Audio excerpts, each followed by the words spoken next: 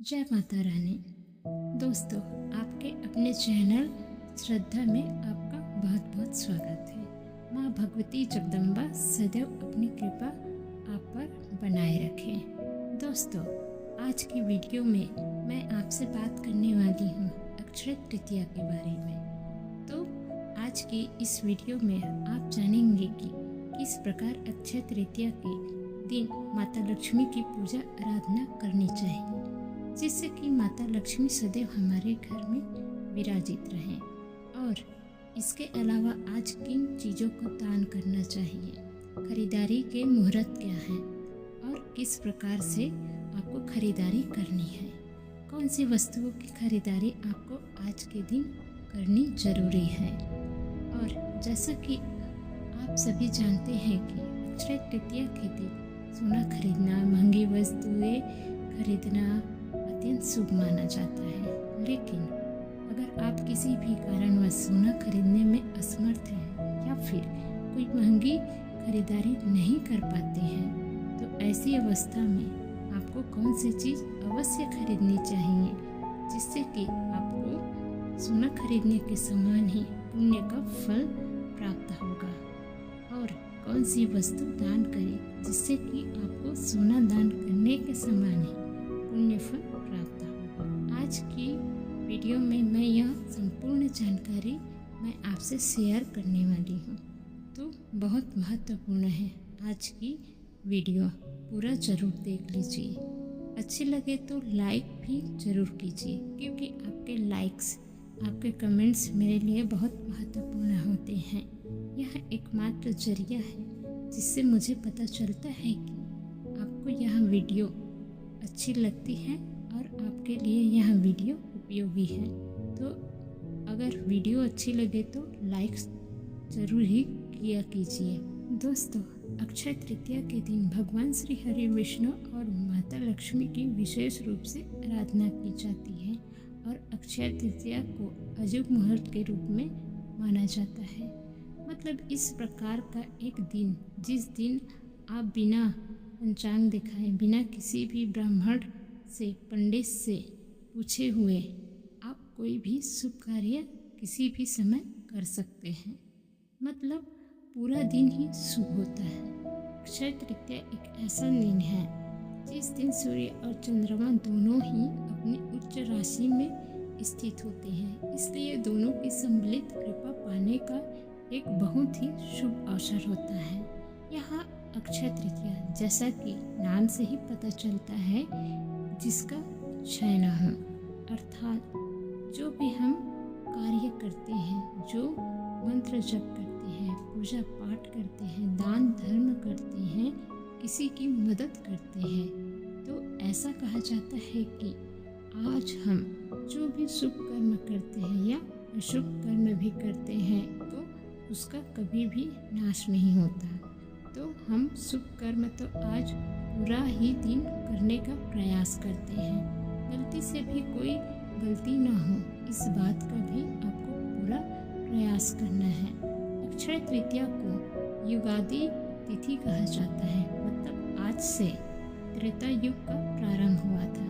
अक्षय तृतीया के दिन ही बद्रीनाथ के कपाट खुलते हैं और सिर्फ आज ही के दिन, यानी अक्षय तृतीया के ही दिन वृंदावन में भगवान बांके बिहारी जी के चरणों के दर्शन होते हैं। आज ही के दिन, यानी कि अक्षय तृतीया के दिन परशुराम जयंती मनाई जाती है, अग्रिव जयंती भी मनाई जाती है और माता मतंगी की जयंती मनाई जाती है।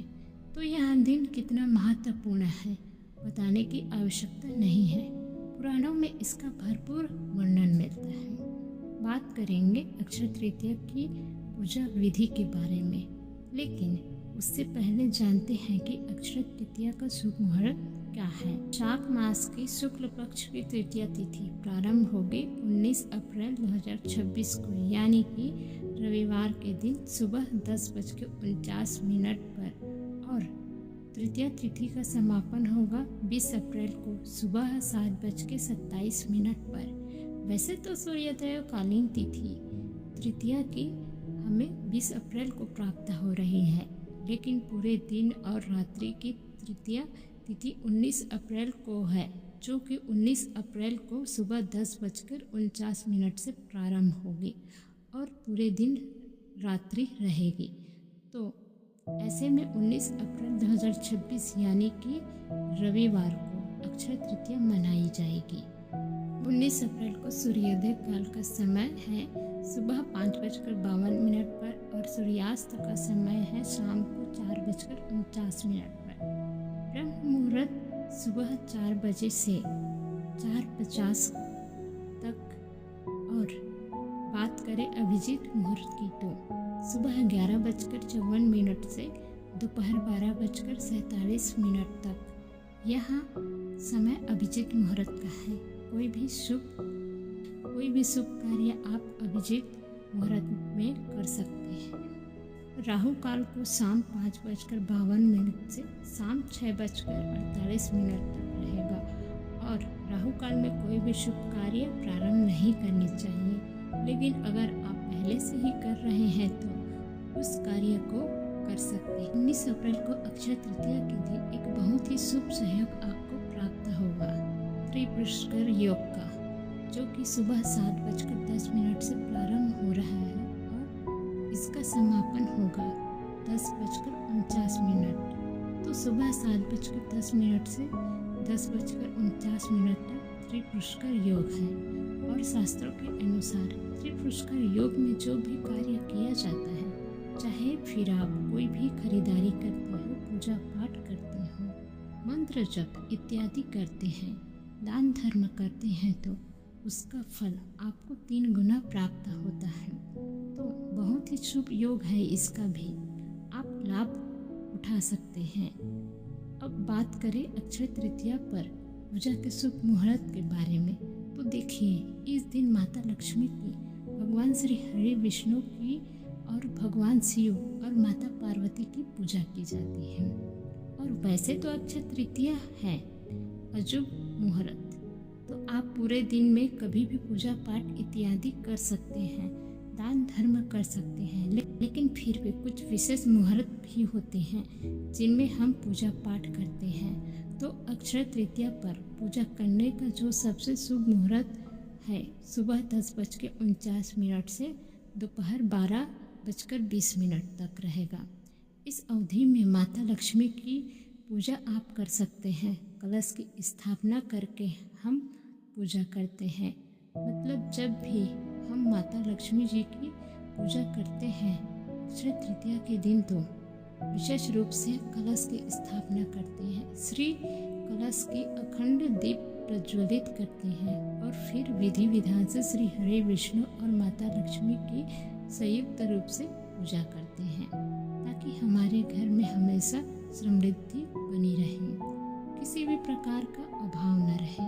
तो इस शुभ मुहूर्त में आप पूजा कर सकते हैं। इसके अलावा 19 अप्रैल की शाम को भी प्रदोष काल में आप पूजा कर सकते हैं। रात्रि में विशेष रूप से मंत्रों का जाप कर सकते हैं, क्योंकि देखिए अक्षय तृतीया पर हम जो भी शुभ कार्य करते हैं, पूजा पाठ करते हैं, मंत्रों का जप करते हैं, तो उसका फल हमें जन्म जन्मांतर तक प्राप्त होता है, मतलब कभी भी समाप्त नहीं होता। अक्षय पुण्य फलों की प्राप्ति होती है। तो रात्रि में जितना हो सके भगवान श्री हरि विष्णु और माता लक्ष्मी के मंत्रों का जप कीजिए। माता लक्ष्मी से प्रार्थना कीजिए कि आपके घर में सुख समृद्धि के स्वरूप में, सकारात्मक ऊर्जा के स्वरूप में और स्वास्थ्य के स्वरूप में, सौभाग्य के स्वरूप में आपके घर में सदैव विराजित रहे। और अब जानते हैं कि सोना खरीदने का शुभ मुहूर्त क्या है। देखिए 19 अप्रैल को सुबह 10:49 से 20 अप्रैल को सुबह 5:51 तक आप कोई भी खरीदारी कर सकते हैं। सोना खरीदना चाहते हो, प्रॉपर्टी लेना चाहते हो या फिर कहीं भी इन्वेस्टमेंट करना चाहते हैं, तो यह कार्य आप कर सकते हैं इस शुभ मुहूर्त में। बस राहु काल का ध्यान रखिएगा। राहु काल में कोई भी खरीदारी या फिर कोई भी शुभ कार्य प्रारंभ नहीं करना चाहिए, तो इस बात का आपको ध्यान रखना है। अच्छा, जो लोग सोना नहीं खरीद पाते हैं, कोई भी महंगी धातु नहीं खरीद पा रहे हैं तो ऐसे में अगर आप जौ खरीदते हैं या फिर चने की दाल खरीदते हैं या फिर हल्दी खरीदते हैं तो इसे सोना के समान ही माना जाता है। मतलब इसे स्वर्ण खरीदने जितना ही शुभ माना जाता है। इसके अलावा पीतल की कोई वस्तु जैसे पीतल का कोई पात्र खरीद सकते हैं और पीली सरसों खरीदना अत्यंत ही श्रेष्ठ है। तो अगर आपको महंगी धातु नहीं खरीद रहे हैं तो आपको इन चीज़ों को ज़रूर खरीदना है। इनमें से कोई एक चीज़ भी खरीद सकते हैं। चाहे तो आप सभी भी खरीद सकते हैं। अच्छा, जो लोग सोना खरीद रहे हैं उन्हें भी आवश्यक है कि वह जब अवश्य खरीदे, चने की दाल अवश्य खरीदे, पीली सरसों अवश्य खरीदे। ऐसा नहीं है कि अगर आप सोना खरीद लेते हैं तो बाकी चीज़ें आपको नहीं खरीदनी है। कम से कम पीली सरसों और चने की दाल और जौ तो आपको ज़रूर लेना है। हल्दी अवश्य लेना है। इससे घर में शुभता आती है और शुभता बहुत आवश्यक है, धन से भी ज़्यादा आवश्यक है। घर में शुभता का बने रहना, घर में मांगलिक कार्यों का निरंतर होते रहना यह सबसे ज़्यादा आवश्यक है। क्योंकि कई लोगों को आपने देखा होगा कि उनके पास धन है, किसी चीज़ की कमी नहीं है, लेकिन घर में कोई भी शुभ कार्य नहीं हो पा रहा है, कोई मांगलिक कार्य नहीं होता है तो घर में क्लेश पहले हो जाता है। तो इस प्रकार की स्थिति से बचने के लिए शुभ वस्तुएं अवश्य खरीदनी है। अब बात करें कि आपको दान क्या करना है, क्योंकि देखिए आज हम अक्षय तृतीया की बात करते हैं तो सबसे ज़्यादा आवश्यक है दान करना। आप कुछ खरीदे या ना खरीदे, चाहे छोटी सी कोई चीज़ें खरीद लीजिए, लेकिन दान अवश्य कीजिए। दान किन चीज़ों का करें तो देखिए, कहा जाता है कि आज के दिन स्वर्ण का दान करना चाहिए, भूमि का दान करना चाहिए, अपनी सामर्थ्य के अनुसार चीज़ों का दान करना चाहिए। अब देखिए, सब लोग स्वर्ण दान तो नहीं कर पाते। मान लीजिए जैसे तैसे जोड़कर कोई खरीद भी ले तो उसे दान नहीं कर पाता है। ठीक है, तो क्या दान करें? जैसे कि स्वर्ण दान के समान पुण्य फल प्राप्त हो। तो देखिए, वैसे तो सामर्थ्य और शक्ति के अनुसार आप किसी भी वस्तु का दान कर सकते हैं, लेकिन आज के दिन जल दान करना मतलब अगर आप चाहे तो पानी वैसे भी दान कर सकते हैं, जीवों को पानी पिला सकते हैं। लेकिन अगर आप किसी घड़े में किसी मिट्टी के पात्र में जल भर कर और इसमें थोड़ा शक्कर डालकर यहाँ किसी को दान करते हैं तो उसका फल आपको अनंत गुना प्राप्त होता है। चाहे तो आप मंदिर में दान कर दीजिए, मंदिर में ले जाकर रख दीजिए, या फिर आप चाहे तो किसी पुजारी को किसी ब्राह्मण को दान कर सकते हैं। ज़रूरतमंद लोग जो कि प्यासे लोग हैं, राहगीर हैं, उनको भी जल पिला सकते हैं। अपने घर की छत पर या फिर घर के मुख्य द्वार पर जल रख सकते हैं, जिससे कि पक्षी, जानवर इत्यादि उस जल को ग्रहण करें तो आपको दान का फल प्राप्त होगा। ठीक है, अब बात करते हैं कि कौन सी वस्तु दान करेगी जिससे स्वर्ण दान का फल हमें प्राप्त हो। देखिए, जौ का दान करना स्वर्ण के दान के समान फल देता है। अगर आप हल्दी का दान करते हैं तो भी इससे स्वर्ण दान के समान पुण्य प्राप्त होता है।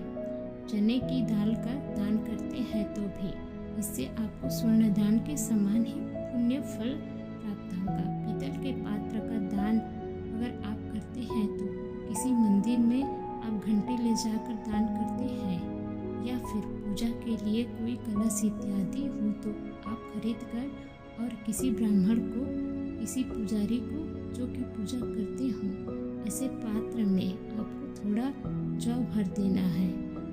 जौ से इस पात्र को भर दीजिए, या फिर चने की दाल से इस पात्र को भर दीजिए, या फिर आप चाहे तो जल से भर दीजिए, जो भी आपके पास उपलब्ध हो। और दक्षिणा के साथ किसी भी पुजारी को, किसी भी ब्राह्मण को दान करते हैं तो जो कि पूजा पाठ करते हैं ऐसे व्यक्ति को दान करते हैं तो आपको स्वर्ण दान के समान ही या फिर उससे भी कहीं ज़्यादा पुण्य फल प्राप्त होता है। तो चैनल से जुड़े रहिए ताकि आप सभी को सही जानकारी सही समय पर